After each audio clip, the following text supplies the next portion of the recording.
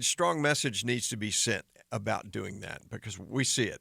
All of us have seen that happen. Yeah. So it's dangerous, kids. It's very, very dangerous. Most of these guys in doing the street racing, though, and it's mostly guys. Sorry if I offended you ladies, you street racing ladies. Yeah, please. But it's mostly guys. We're inclusive. And it's mostly guys that have money. These are not teenagers anymore. These are grown men. Grown-ass men? Yeah, because some of this gear they put on their cars to make them go fast, it's expensive. I assume it is. Never looked into it, but I assume it's very expensive and very time-consuming. What do you look into? What do I look into? Just curious. You never looked into auto parts. You don't look into anything that's manly. But what do you look into? Just curious. Other than your eyes? In this brief moment where we learn a little bit more about Don Pryor. Other than your eyes? 7:39 on a Freaky Fun Friday. What are you into? What am I into? Well, I think a lot of people know that of course, I'm into golf. I'm into drums. I'm into... Okay, well, see, you're already bored. You asked me. I'm waiting for you to answer. Yeah.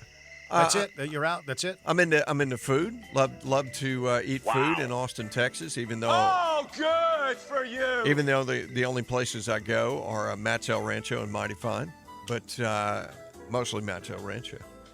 Love to exercise. I'm religious about exercise. I love vodka. I look into vodka a lot. Look into that. Inquire about that. Todd, where to begin? I love to travel. Yeah. See, you're already bored. You asked me, and you're just looking around like I'm not even talking right now. Well, I got to tell you, the chief of police is never off duty, and this story certainly proves it. Chief Art Acevedo on his way home in plain clothes when he saw on Interstate 10 a couple of cars zooming past him at a very high rate of speed. Listen to this, Chief Art Acevedo called this into dispatch.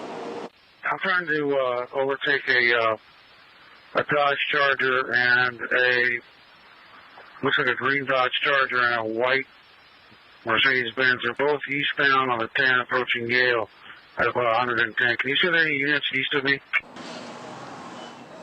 So Chief Art Acevedo started following these street racers as he was on his way home. Acevedo saw a Charger pass him at more than 100 miles an hour. Then the white Mercedes went by him at the same speed. The chief says they were cutting people off in traffic. Acevedo asked for HPD's helicopter to get up as one of the cars made its way to Washington. The chief says that driver was in running red lights. The chase ended where we are here at Bagme near Dallas. The chief says the driver told him he saw the other car doing 100 miles an hour and just wanted to see what his own car could do.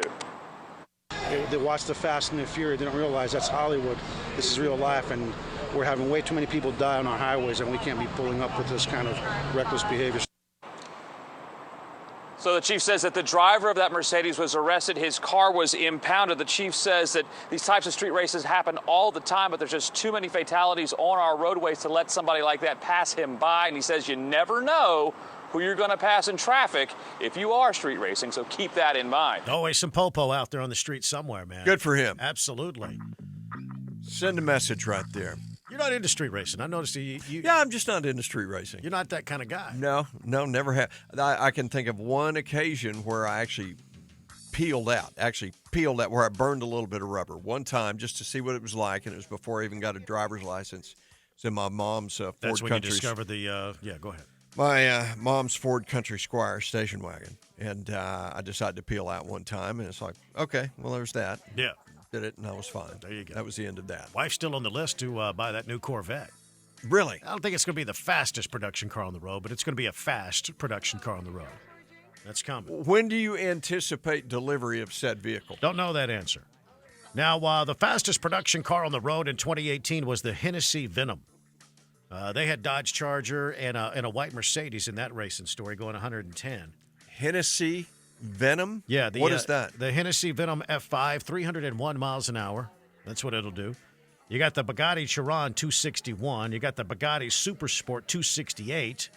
You got the SCC Ultimate Aero 256. The Tesla Roadster 250 miles an hour. That's pretty incredible. The Selena S7 Twin Turbo, that'll go 248. There you go. Hennessy. Now, BMW, Austin BMW's got some fast cars, too. They got that i8. I wish they had one in the showroom over there. The i8 is truly amazing. That's a sweet-looking car. They don't have one in the showroom because it's you order that. And as soon as you order it and it's delivered, it's gone. See, I could not take that. I could not, when I want a car, when I get going down that road of new car time, I want instant gratification. I don't want to order it and have to wait 6 months before I receive it. I'd lose my mind. Right. I'd say, no, what, got to pass. This Hennessy Venom, that looks like, that's hard to believe that thing can be on the street. That is gorgeous. I wonder what that goes for. I mean, could that be upwards to $1 million, that kind of thing? Don't know.